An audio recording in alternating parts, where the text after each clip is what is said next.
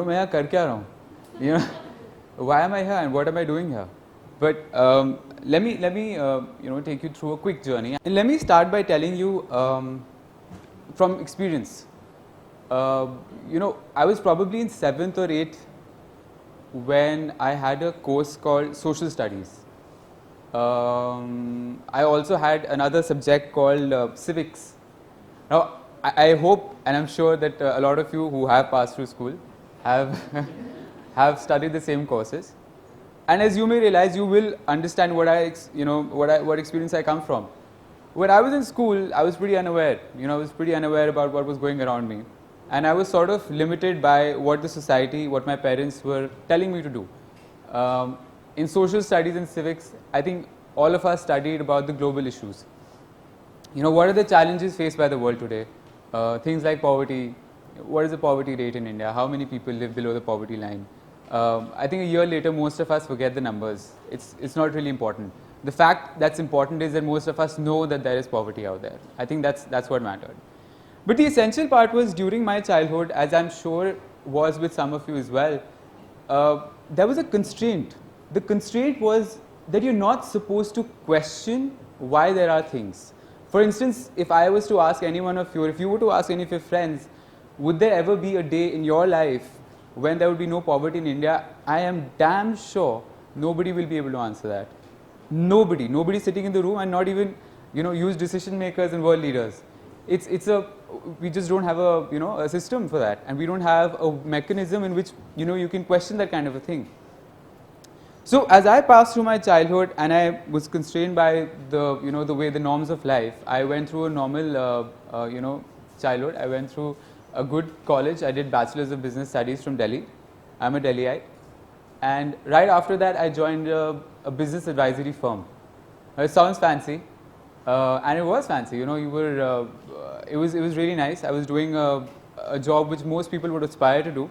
I set my career in a position where most people in my arena, from a management perspective, wanted to be management consultants.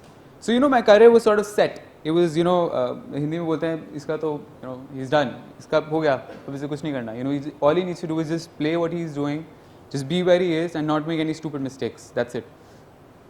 But what really bothered me during my job and even before that, and what still bothers me now, is the fact that we live in such a short lifetime. I mean, all of us, I'm not trying to scare you off, right? But we all have such a short lifetime. If you think about centuries before, think about the centuries that are going to come, and think about our lifetime. And this is what I thought when I was doing my job. I said, I'm born in year 91, how long am I going to live? I'm not a dinosaur, I'm not another species, right? So how long am I going to live? I'm going to live 50 years, 40, 50 years if everything goes well, 60 years maybe, if I have good doctors around me. So, but the point was, I said, if I have 60 years around this planet, which I'm going to be sharing with all of you, am I going to do what everybody else tells me to do? Or am I just going to leave what people keep and pushing me at and just step out of it and see what happens? And just that fact, that intriguing fact of seeing what would happen if I just sort of leave what my parents tell me to do or my colleagues tell me to do, inspired me to leave my job. It all boiled down to one decision that I took in a night. When I was very emotional back then, so I was in my room in the middle of the night. I switched off my lights. It was pretty creepy. I switched off the lights and I started talking to myself, which is again very creepy. But I said, 2 साल हो गए, कब तक मैं यही करता रहूँगा? Everybody, I mean, we have so many talks all the time. As a person who's from a management background, I've always listened to Steve Jobs. I mean, name the leader, I've probably heard of him. But the point is, there is very little impact that happens in our lives. When I was sitting there was very little impact that would happen in my life. I would listen to a talk, I would leave the room, I'd be inspired and I'd be like, kuch karna hai yaar. I have to do something. And the next morning I'd wake up and I'd be like, my mom would be giving me breakfast and she'd be like, it's a normal day. And I'd be like, no, today is different. Aaj kuch karna hai mujhe. And the fact is, nothing changed. Because there's no definition of karna kya hai. And it's so confusing. It's confusing because we just keep saying something is going to change. And a lot of us have this thought, especially when during these years, that one day will come when suddenly everything will change. You know, for girls, it's a guy who will come and marry them. For guys, it's, you know, that career moment when suddenly the entire office is going to come and say, we want this guy. You know, we want him, or something like that, some sort of fascination we have in a career moment. But the fact is that if you realize it, and I'm not trying to be negative here, in all positivity, that moment rarely comes. Extremely rarely comes. Think about it. It almost never comes to most of us. It comes at an age where we are probably 40, and we facilitated with some sort of, some sort of good job we've done. But very few of us make that sort of, take that sort of a risk and leave what we're doing. So just with that momentum, in that night, I talked to myself and I said, agar main yehi karta raha to, you know, then what's the point of living? What is the purpose of life? Am I going to be a management consultant like everybody is telling me to be? Or is there any chance, any one small chance? I know I was a very average student in school. So I knew that I'm not very, you know, bright, if you will. But I also knew that maybe if I left my job and did something else, maybe if that one teeny tiny possibility of maybe I was chosen to do something better.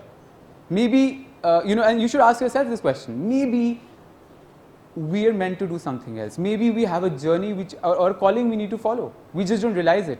And that night, all I did is, the next morning, I went back, I wrote an email and I said, you know, I'm quitting. So a lot of people, my colleagues, started asking me what I'm going to do. And they thought I'm not telling them because, so I'm moving to another company. But the fact was I did not know. But I knew I had to change something. So, you know, that change thing again, you know, oh, kuch karna hai. What is it going to be? But the one thing during my childhood that really hurt me was an issue like hunger. I used to feel really sad at the fact that there are people in our country still who die not because they have some disease which is incurable or which we do not have medicine for, but the fact that they do not get proper food. Think about it. Because people do not get proper food, there are people who die. And as a matter of fact, India has the highest number of undernourished people in the world, something not to be proud of. And I visited a wedding. I saw a lot of food being wasted in that wedding. You know how Punjabi weddings are, you know. And as it turned out, that event had 35 cuisines. I wasn't, you know, if you ask me right now, I can't name 35 cuisines. But there was food which was wasted for 10,000 people when I asked the caterer, and I was very, very surprised. I thought, yaar, 10,000 लोगों का खाना यहाँ waste हो रहा है. And हम बाहर जाके we keep talking about कि there's so many people who are dying hungry. Isn't there a way where we could transfer this food? And it's not like wedding एक ही बार होती है साल में. I mean, एक तो Indian weddings are like 5 or 6 functions together, and then in a place like Delhi you have 70,000 weddings in a day. There's got to be a better solution. And I don't think anybody here knows about any solution to this problem. There is no mechanism in India where you can donate the food that you have at the wedding and give it off to people. Remember, I love food. So, and Indian wedding food is pretty amazing. You know, so we're talking about amazing Shahi Paneer. We're talking about amazing cupcakes and desserts, which we probably have, you know, and we're only talking about the food that's left in the dishes, not in the plates. Jhoote khane ki baat nahi kar rahe. We're only talking about the food that's left in the dishes. So I started donating that to people, myself and with my colleagues, which is when a lot of my colleagues started, you know, thinking, he's gone mad. You know, because shaadiyan raat ko hoti hain. You'd go and pick up food, and you'd probably reach office late, obviously. And, you know, then there were rumors about, he's lost it. You know, he's lost it, we should help him. For other reasons. But then I quit my job, and right after that, I started this organization called Feeding India. With Feeding India, what we do is we rescue excess food. We collect the excess food from events like lunches, dinners, wherever, hotels, restaurants. Think about khana kahan hota hai, har jagah hota hai. There's no person who can live without food, right? So households, restaurants, hotels, canteens, hostels. Everywhere there was food, I would go pick it up and donate it to someone in need. And while I started doing it, I started expanding the organization rampantly. So what I realized is there are more people like me out there. I started getting a lot of requests from people who were as interested as I was. And suddenly, within a year, we were 1,000 people in 25 cities. And, you know, right now, it's just been 2 years. We just completed 1 million meals day before yesterday. And, you know, thank you. Thank you. But, you know, we're now in 28 cities. And it's pretty unbelievable. I still can't believe it, you know, it's crazy. But there are people like you and I who volunteer for a cause and who ensure that whatever they're doing, their job, their career, whatever they're doing, they don't leave that like I did. But along with their journey, they start volunteering or they start helping out people, and that is so crucial. So recently, as you know, someone here mentioned, I became acquainted with something called the Sustainable Development Goals, which is what I'm going to be talking about. So this Sustainable Development Goals is a बहुत heavy word है basically. इसको एक short form इसका global goals इसको बोलते हैं, right? So the global goals is a very important point for us, for all of us right now, and it was launched last year, and the momentum has just begun like 2 days back. So we're sort of the first people who are just taking it up. Have you heard of the Global Citizen Festival? You know, so we're sort of that momentum where it's getting from, and now we're one of the first people who are going to be sort of implementing it in our country right now, or even the world, entire world. So the global goals, think about the global goals as 17 goals. There are a lot of goals, right? But these are 17 goals which, if you solve, will make the planet a better place. So what's important is the next generation that will be taking up social studies or civics in their class. The important thing is that they're not acquainted with just the problem. As I said, we are always told poverty line के नीचे कितने लोग रहते हैं. हमेशा बताते हैं. And you know, I don't know, some random facts also. The point is they never tell us what we can do to change that number. Never. Absolutely never. And the fact is that these 17 goals which have come together are not goals which anybody in a room has discussed. These are 17 goals which world leaders from all the countries together have come on a common point and said, okay, these are the things we need to solve. Getting all the prime ministers, presidents and the world leaders all together is a very tough task. It's almost like getting Salman Khan married. It's extremely tough. You know, it's almost never going to happen, but it has happened, and we're very lucky because it's happened in our generation. So all the people, all the world leaders have come together and said, okay, let's forget what other issues we have in our own countries.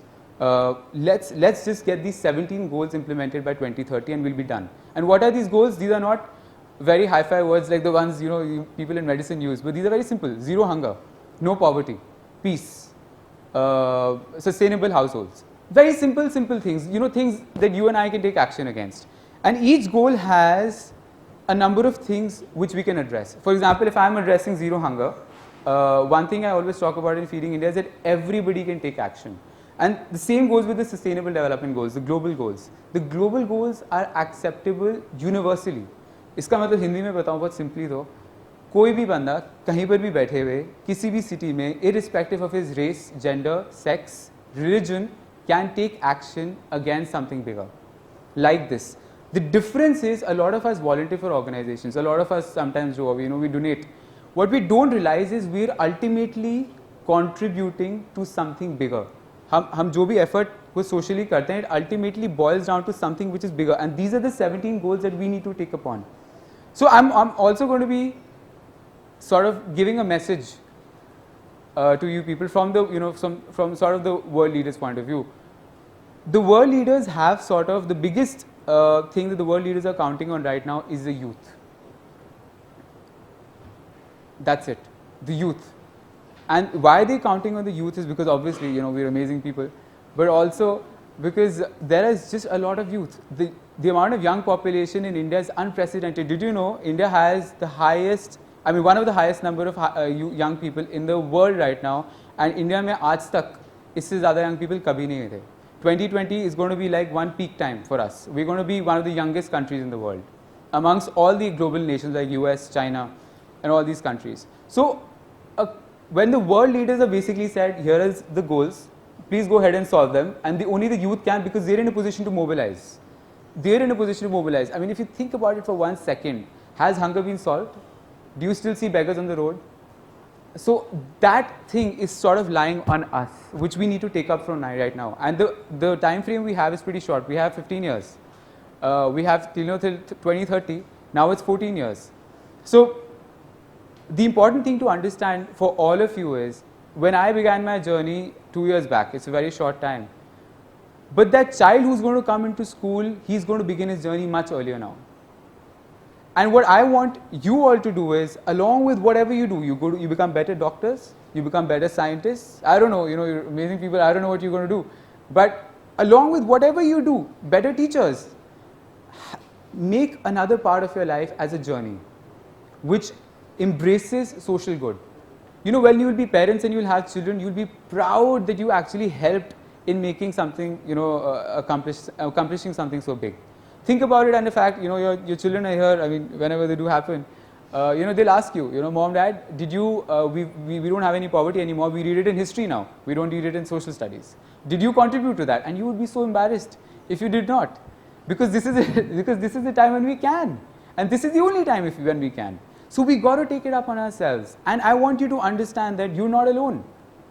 Each one of you, whenever you are, whatever you're doing, if you have a journey, another part of your life where you're contributing to something. Contributing does not mean monetary only, no. It means volunteering, it means going out and helping people, it means making sure that the college you're studying in does not have homeless people standing outside. As simple things like that. Simple things like that, simple issues like that. Ensuring these kind of things will ensure that we have a better society. Ensuring these things will ensure that I probably will have a better lifetime. You will have a better lifetime. Your children will have a better lifetime. And we will finally be able to live in a world where these things exist. If you think about it, I keep my room very dirty, by the way. But if you think about it, what happens is, if you let's say I go into my room and I have one part of my room very dirty, I become very lazy the other day, so I don't clean it up. What happens is, if some outsider comes in, he says, it's, look at the mess. And that's exactly what happens when you see foreigners coming into India. It's a mess that we haven't cleaned up. It's not a mess that we need to live with. We don't have to live with poverty. We've come from a culture where we take it for granted. We don't understand the fact that these things can change because of the sheer size of the problem. You think, I'll help this guy, bakiyon ko kaun help karega? That's not the point. The point is, we have the highest number of youth in the country. We have government support. We have awareness like no other. Today, we have interconnections through technology like no other. If people can create Google, if young people can create Google, I think we can solve hunger. I think we can. And I want all of you to sort of lead this journey on your front. And I want you to think of yourselves as people who've got my, if you ever face any problem, you've got me. Just like I've got you. So if you think about yourself as people who connected, who are in this together. You can't do this alone, but if anybody has to do it, it has to be us. It cannot be the next generation, because we will never have these advantages later. It's a global truth. Look it up. So thank you, and I hope some of you take up this message. Thank you.